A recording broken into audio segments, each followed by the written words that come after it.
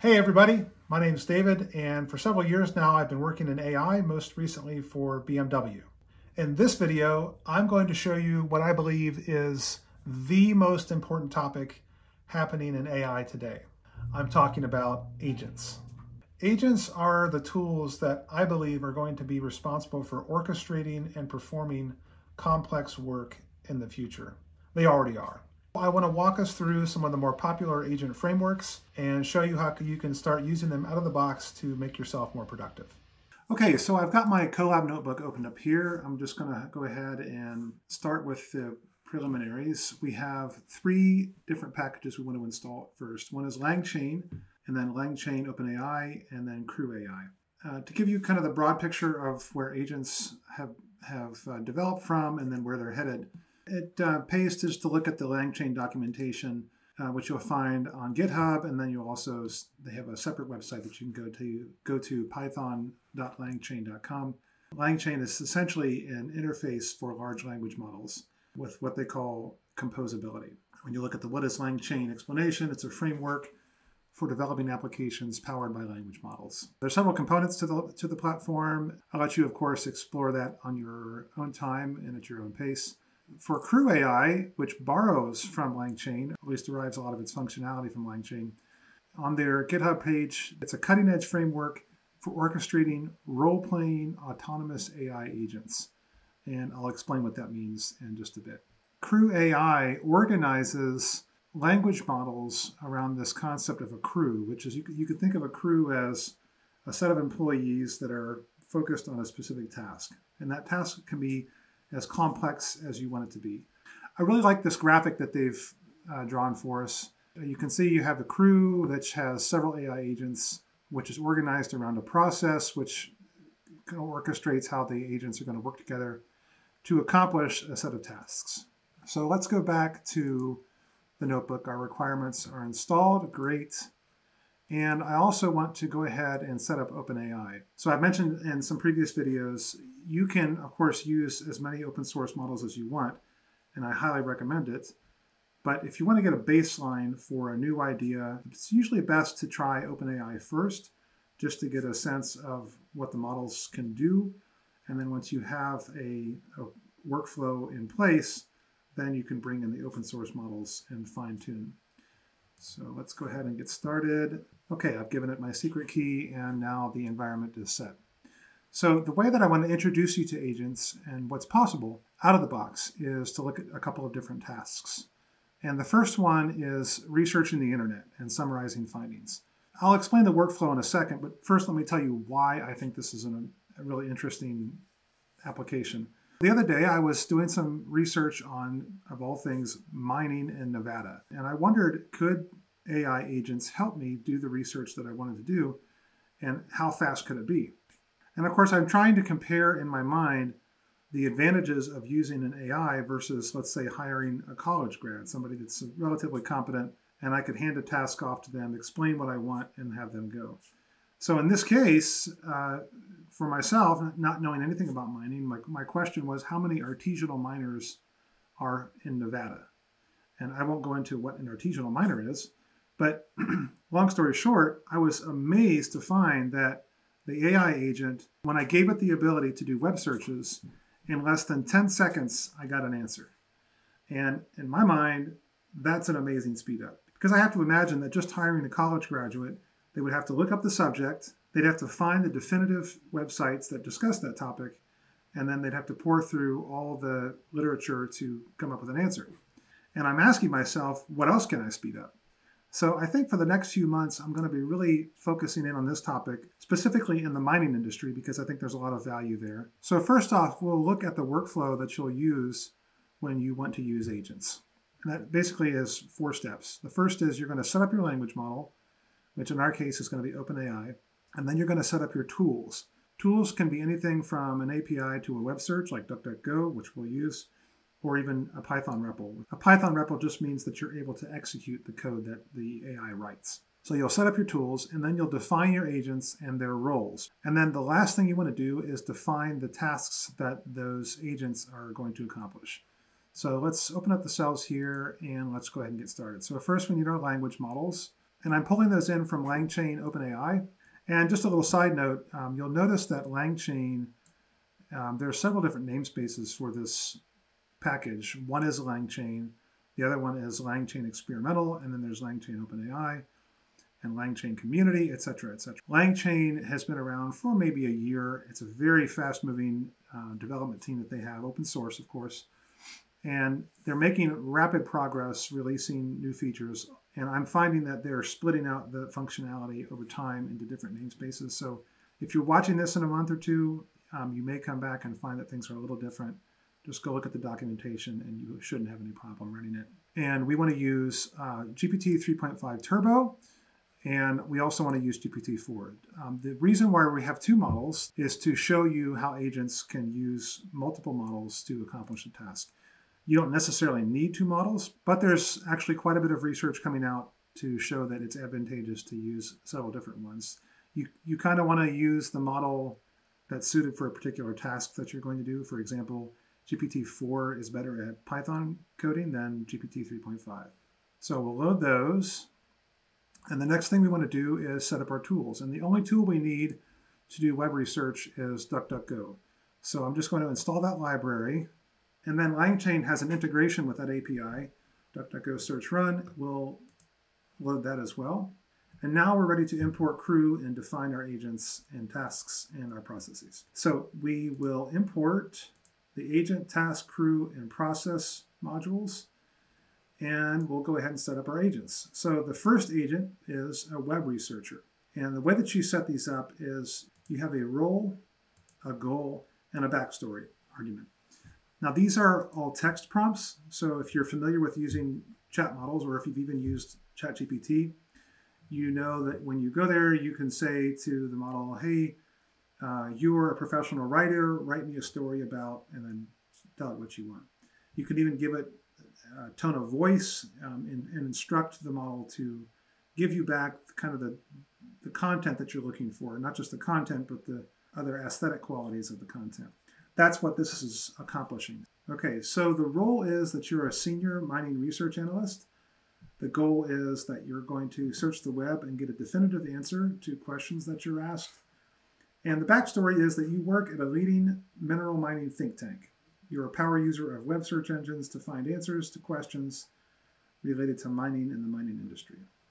Now, these other arguments, which aren't too particularly important, verbose just means that we want the agent to tell us what it's doing as it's doing it. And then allow delegation allows the model to delegate its task to other agents in the crew. We're going to skip that part because we want to keep this simple. We define the LLM, which we instantiated up here, which is GPT 3.5. And then this important part here, the tools, is we give it a DuckDuckGo search. Now you could give it, there are many search APIs like Google Search, which would be equally suited to this task, but I'm just using DuckDuckGo because it is a free search engine and does a pretty good job. Okay, so the next agent that we want to define is the web research analyst. And this analyst is going to identify and summarize content from web research to answer questions. Now, you'll notice in the documentation, if you go and read it, that they tell you to keep these prompts pretty short. The backstory is you're an expert web research analyst, and you're known for concise and accurate answers to questions. Again, the verbose is true, delegation is false, and we're going to use GPT-4. So let's go. Now is the important part of defining the actual tasks that the agents are going to accomplish.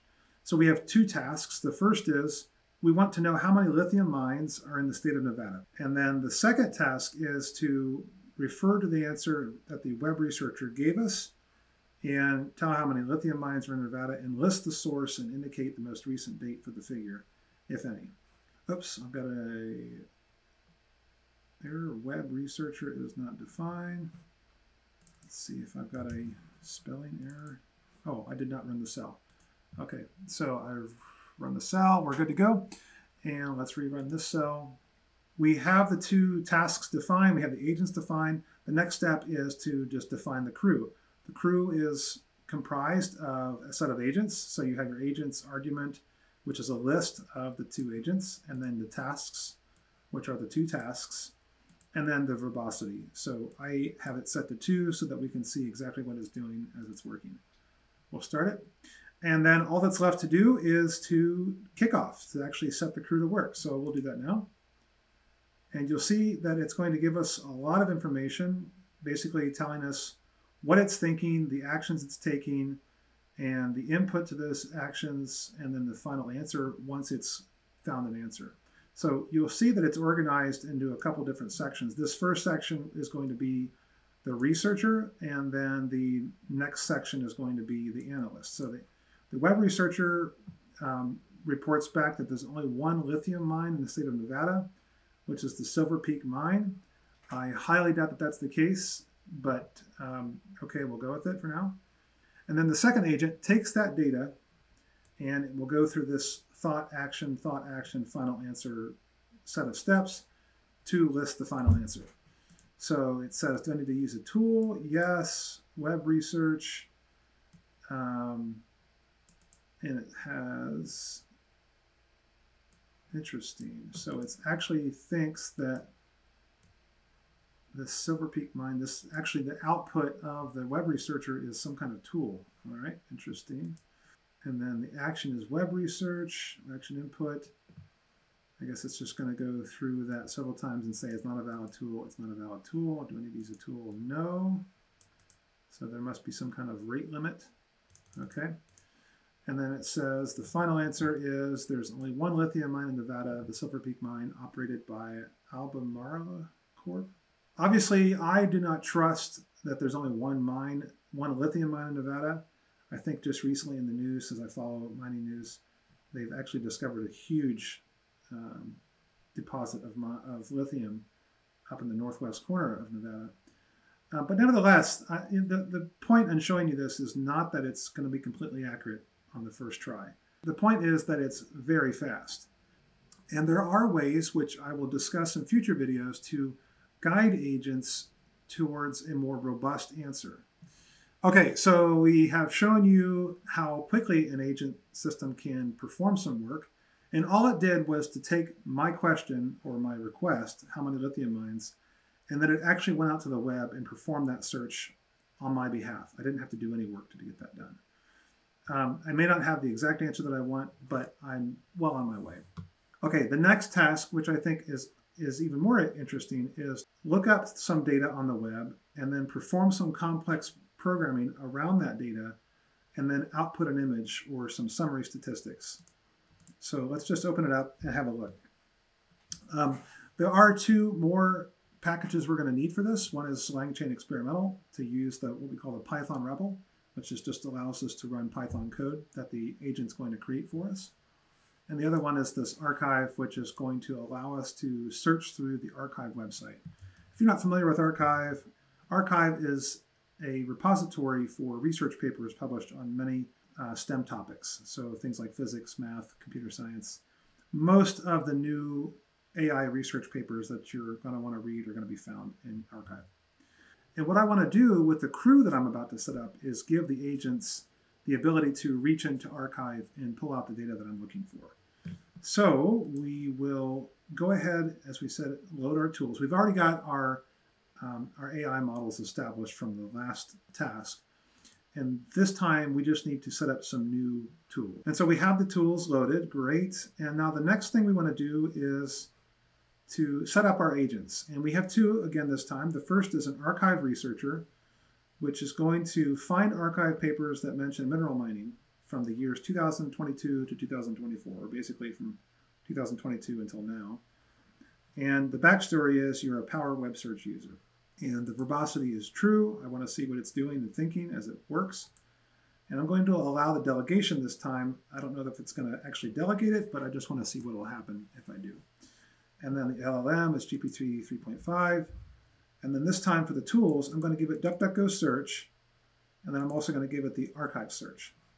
Next is the Python programmer. So this agent will actually program a solution for us, and then we'll execute that code using the Python REPL. And the goal is to accomplish an assigned program task. And the backstory is you're an expert data scientist who specializes in Python. All right, so we've got our two agents set up, and now we want to define our programming tasks. And the first one is to conduct a DuckDuckGo search of the archive domain to find papers from January 1st, 2022 to January 1st, 24 that mention mineral mining. I want it to exclude papers that discuss crypto and Bitcoin, and then I want it to return those results as a table with paper titles in the left-hand column and the year of publication in the right-hand. And then the second task for the Python programmer agent is to write some pandas code to tabulate the number of papers for each year. And then I want it to create a simple matplotlib bar chart with the title and the mean average trend line to summarize the results. And pandas is just a well-known module within the Python ecosystem for dealing with tabular data, sort of like Excel, but in Python. All right, so we have that loaded, and we have our crew that we want to set up now. Again, we have our agents, the archive researcher, and the Python programmer, and we have some tasks to perform. First, you're going to research archive, and then you're going to summarize the results of those papers so I can see a count year over year from 2022 until present from archive that mention mineral mining. All right, so we got the crew, and then let's just kick it off. All right, so it's thinking, yes, I need to use a tool. DuckDuckGo search, it searches archive, and it actually, this is really, I love this about these tools, is that it actually produces a search that you would use in DuckDuckGo, which is a power search, using the terms and the tools that DuckDuckGo gives you to narrow down your results. So it basically has the DuckDuckGo search done.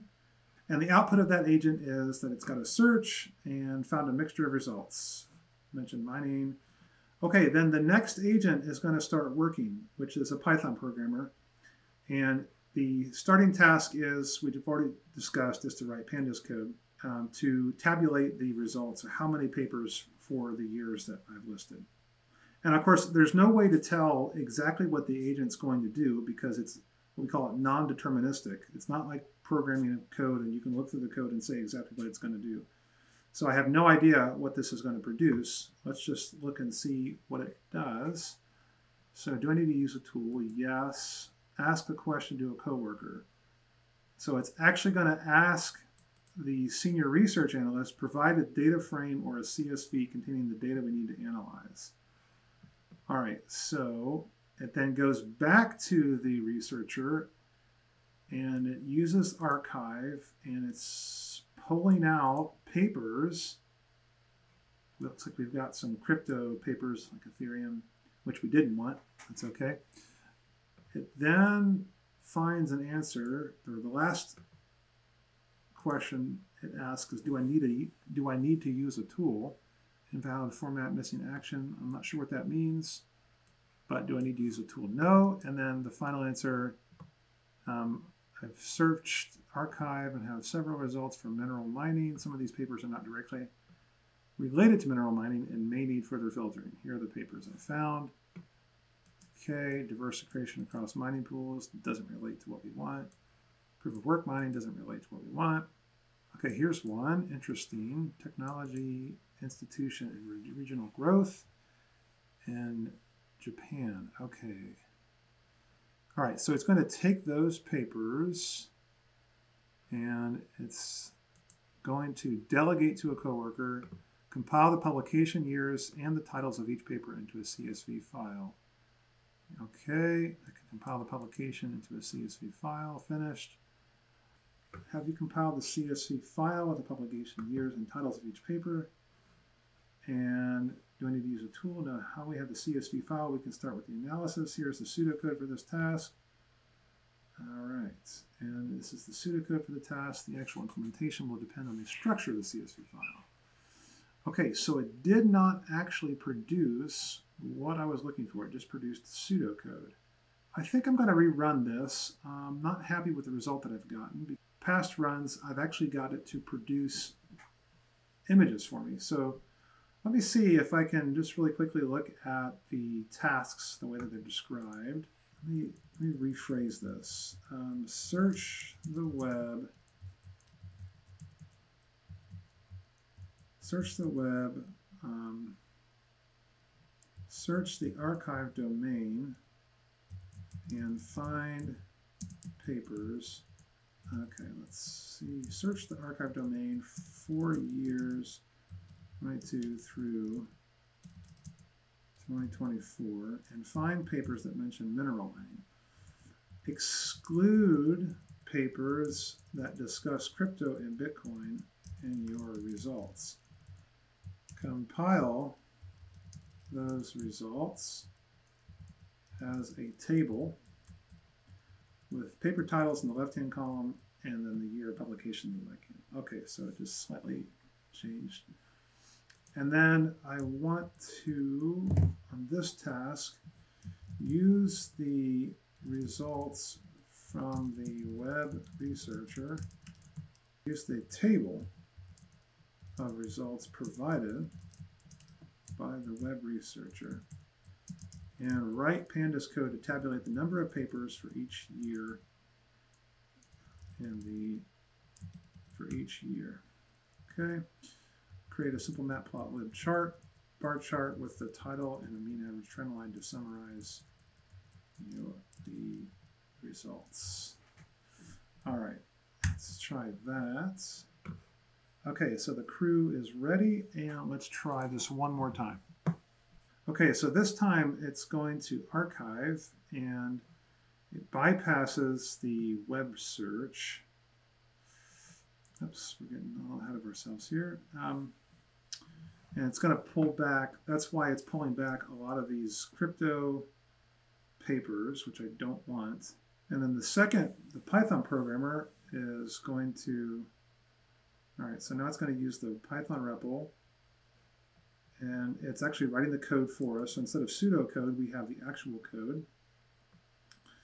And then it actually, yes, it does plot the number of papers per year.